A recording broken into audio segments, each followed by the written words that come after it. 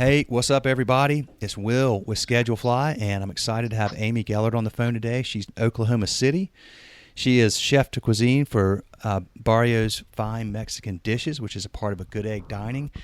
And that's a great group. If you've followed any of our stuff, listened to the podcast, or read our book, or followed our media, you've probably heard me talk to Keith Paul before. He and his wife co-own a Good Egg Dining Group, highly respected organization out in Oklahoma City. And I was telling Amie when I asked Keith who some of his top people were that are great at what they do and love what they do and may enjoy sharing it. He had immediately mentioned Amy's name. So she just got off a lunch rush and is kind enough to take some time with us today. So thank you, Amie. Appreciate it.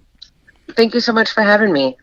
Yeah, for sure. For sure. All right. So I always like to get started finding out how and when did you get dialed into hospitality in the first place?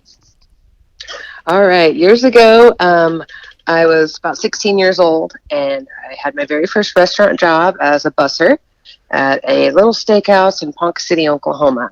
My mother, that was her second job. My grandmother had worked there years ago. So I was going to start bussing tables, and the very first night of my shift, the chef walked out. No, no. And the owner asked if I could cook, and it was a three-man line, a grill, a fryer, and then a dishwasher. And I just jumped right in there. It was handwritten tickets. You ring the bell when the order was ready, and I just jumped in the hot seat and fell in love with it. And here I am, probably about 20 years later. Wow. Okay. Now, had you cooked a lot? Like, did you grow up around I grew cooking at up around home? Or? cooking. Yeah. Yeah, my grandmother, I grew up on a farm outside of a small town in Missouri, and we cooked for a large family, and I was always in the kitchen with her. I'd rather be right in there making homemade bread, and we had chickens and pigs and cows that we all processed on the farm, and so I learned a lot at a young age, and I always loved it. So when I was working at that steakhouse, it's like, I want to do something that I love, that I never tire of, and it's become my passion and my livelihood. I went to culinary school in Minneapolis, St. Paul, to the Cordon Bleu, so I had some classical training. I did an internship for the college program for Walt Disney. Okay. Worked at the Grand Floridian Resort there at a restaurant called Citrico's. Yeah. That was a lot of fun. We got to go to the parks for free every day, so on our days off, we outside of the kitchen, we were riding roller coasters. Oh, nice. And then I worked for a Roman butcher named Chef Filippo in Minneapolis.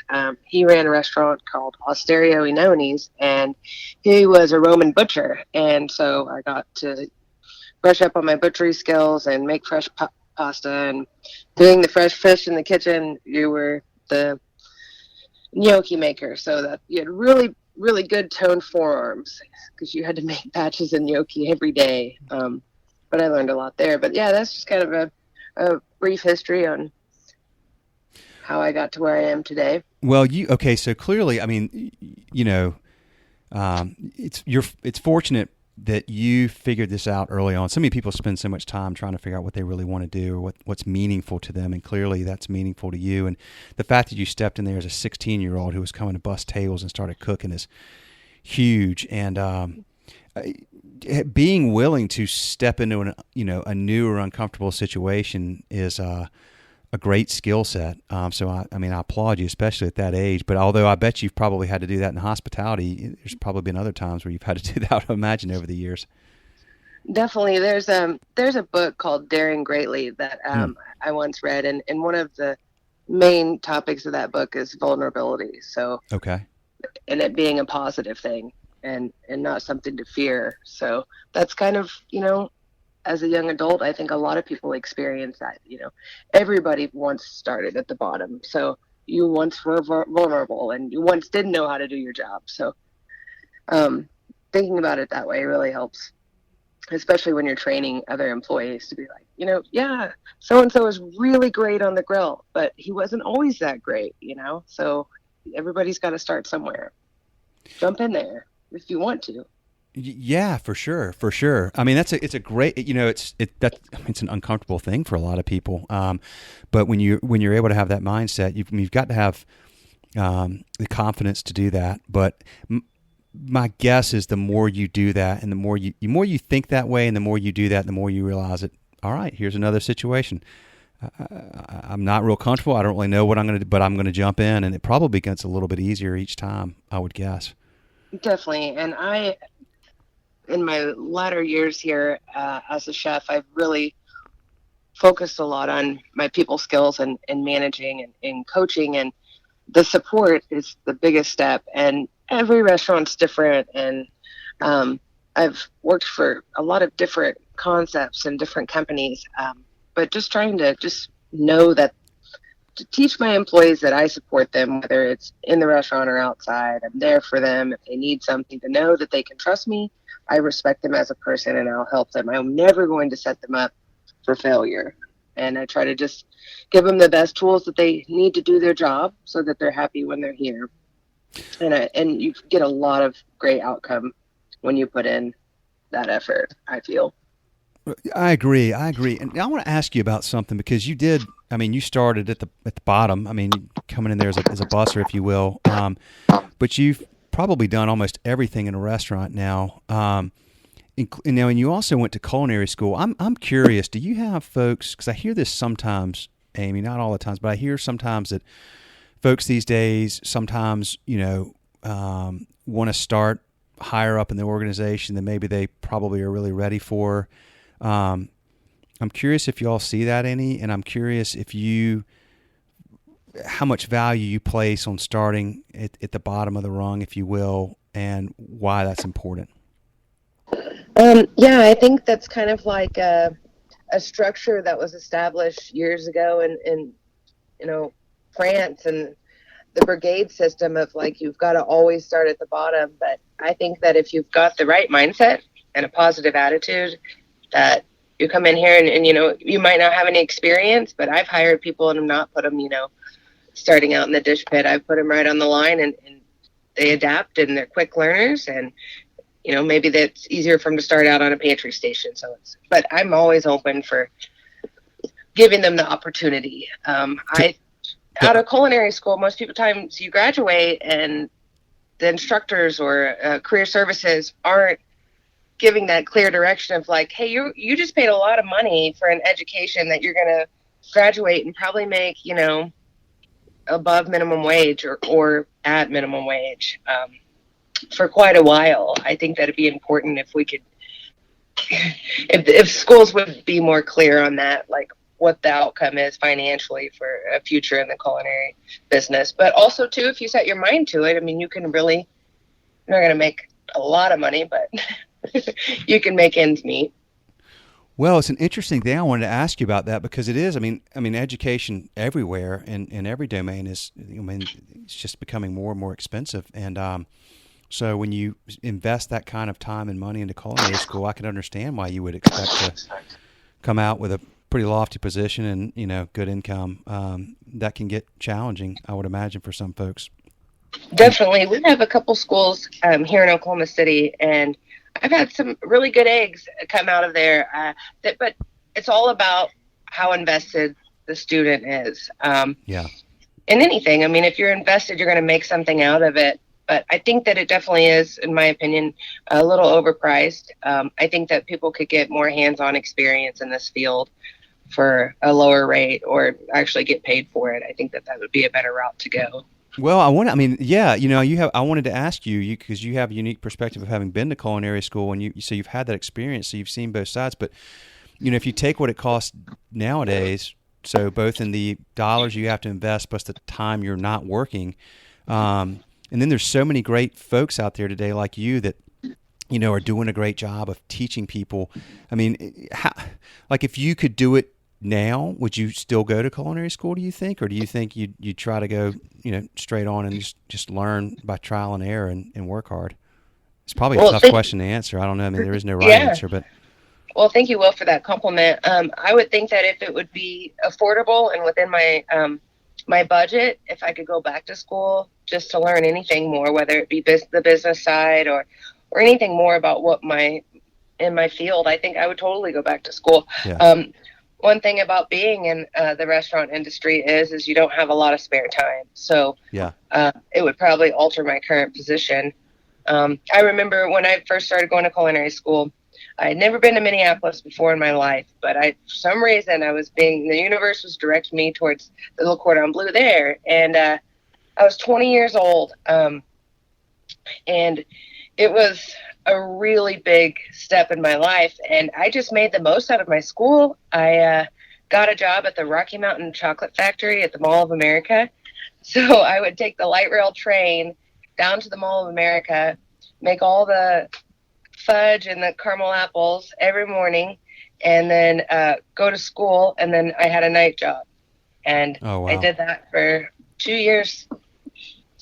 And side note, I'm probably in a lot of scrapbooks overseas because Minneapolis airport is an international airport, and everybody would come to the Mall of America, and I would be stirring all this fudge on top of this big granite slab with a huge window, and people would take pictures of me every morning. That's hilarious. That's I was awesome. just trying to make it through school. It was just my part-time job. So, but I did what I had to do, and I also, gained a lot of experience from that. Any young culinary students that have ever worked with me, I've always tried to give them as much inspiration to say, hey, if you get a chance, go work at a fish market, even if it's just part-time, a couple days a week, so you can learn the different styles of fish and how to break them down and what's available and sustainable, and just try to further your education any way you can. Yeah, And for if you sure. get paid for it too, that would be really beneficial. Right. That's right. Right. Well, so and how long have you been with A Good Egg Dining? It'll be 4 years in April. 4 years in April. Okay. Tell me about the culture there. In the company? Yeah. So our mission is extreme hospitality. So we never really say no. Gotcha. That's kind of, we always want to try to do what we can to give the guests what they like. We want to leave a lasting impression on them. So, like, if I was to do orientation right now with someone coming in to work with the company, I would explain that, our hospitality goes beyond our guests, that it goes to our staff, it goes to our vendors. So, like, just this morning we got a liquor delivery, and a guy named John, he loves to come here because he gets coffee. We give him a coffee, and he likes sweet and low in it, and we've always got it, ready for him, and he says he always has a great day after he leaves here. So that's the kind of impression we want to leave on everybody and each other. Our company is growing. We have almost 500 employees now. Yeah. 8 different concepts, about to have a 9th one, and next year we're going to open a taco restaurant.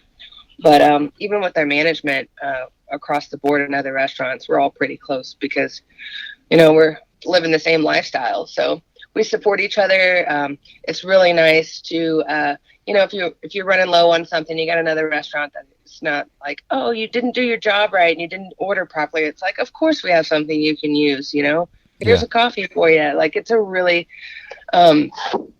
good environment to be in, and it's positive, and it's ever changing, and it's ever growing because the company's just getting larger, or technology is always changing. I can remember a couple years ago in the kitchen, we never used Schedule Fly because we had to take the time to train our employees, and a lot of them didn't speak English, but we did it. I think they're moving mountains almost every month or every quarter, it seems like, in this company, because we're growing so much. We got to adapt. But it's a great company to work for. Yeah, it really is. I love the extreme hospitality perspective because it's there's a lot of competition out there nowadays, isn't there? I mean, there's just a lot of good people doing really good work, and consumers have a lot of choices. So most definitely, and the staff has a lot of choices too. Has a lot of choices too. Yeah. Here in Oklahoma City, so I've been back for almost 7 years from Minneapolis, and when I moved back, it was like, this is not, it was 2 major cities together that had everything, and I get back to Oklahoma City, it's like, oh, it's not quite there yet. But in the last 5 years, it has grown immensely, and about every couple months, a new restaurant's opening up. The food truck fetish just blew up. When I first moved back, I got a job. I helped open a hot dog restaurant. It was something quick. I just wanted to be back closer to family, and Yeah. Ended up becoming an executive sous chef for that company here in town. And we had 3 food trucks, a large catering department, and then 4 restaurants. And so seeing the amount of people that we needed to run the trucks on all these different events, the market was pretty saturated for employees at that time. And a lot of people have gained more interest in the industry. But at the same time, like you said, the economy is booming. New restaurants opening up left and right. So it's really important to make sure that not only that we're, quality, consistency, and timing. So like that you're.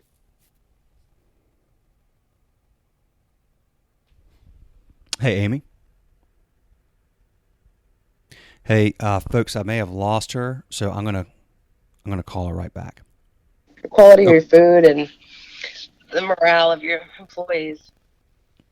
gotcha. I lost you there for a second, Amy. I'm glad I didn't lose you totally. Sorry. That's okay. That's all right. No, I'm glad I still have you. Well, so uh, tell me about so taking care of the employees is something that I hear a lot of folks now. I mean, when you talk about extreme hospitality, you immediately think about the guests, um, but when you're taking great care of the people that work with you and for you, and genuinely investing into their success, that trickles down into the way they treat your customers, doesn't it? Definitely. Definitely.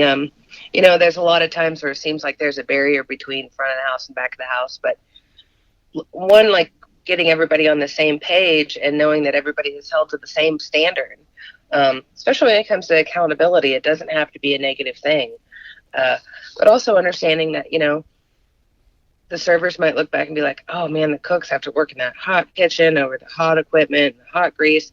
And they look back and respect that they see they have to deal with the guests on a daily basis. But treating them, just with a smile and a greeting in the morning, or, hey, I made breakfast for everybody. Sometimes on Sunday mornings, I'll cook breakfast for everyone. And it's just like, you'd think that you would give them each $100 the way that it makes you feel.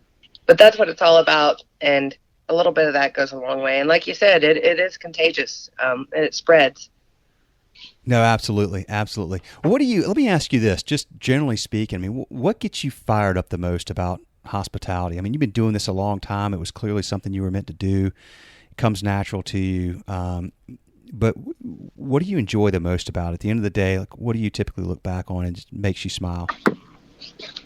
Well, one of the reasons why I love working for Good Egg is because their beliefs and structural system is very similar to how I am as a person. I like to take care of people. I like to help people. I like to make a difference and make them smile. And so I guess that gets me fired up to do that for a living and to let that, for them to lead the way with that. But that's why I believe so much in it, is because it's part of who I am.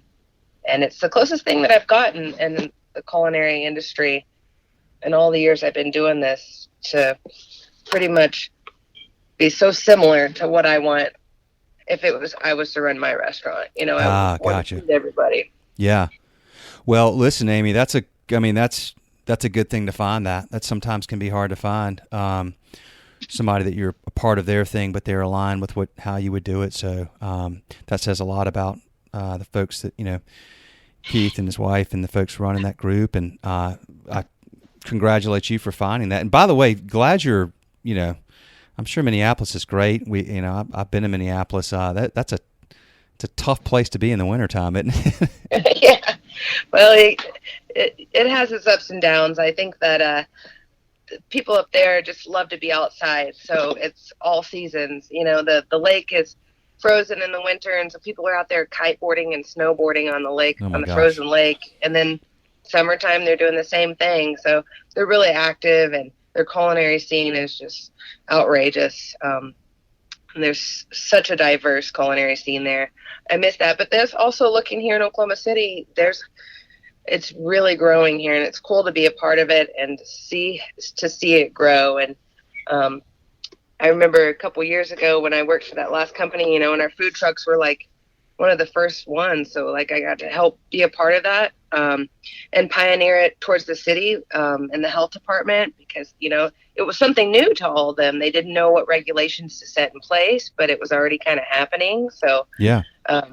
it was really cool to be a part of that, and then to watch that grow. And most young kids that I talk to out of school, that's something they want to do, is get a food truck. So I said, well, it's not just about cooking great food on a truck. You also have to be a mechanic and yes, that's right. Change a tire and run some propane lines. Yeah, it'll really test all of your skills. So you are forced in those things to learn all kinds of things that have nothing to do with cooking and serving. I mean, the mechanics of those trucks and getting those things running and working right and having to figure it out yourself can be a job all alone, it sounds like.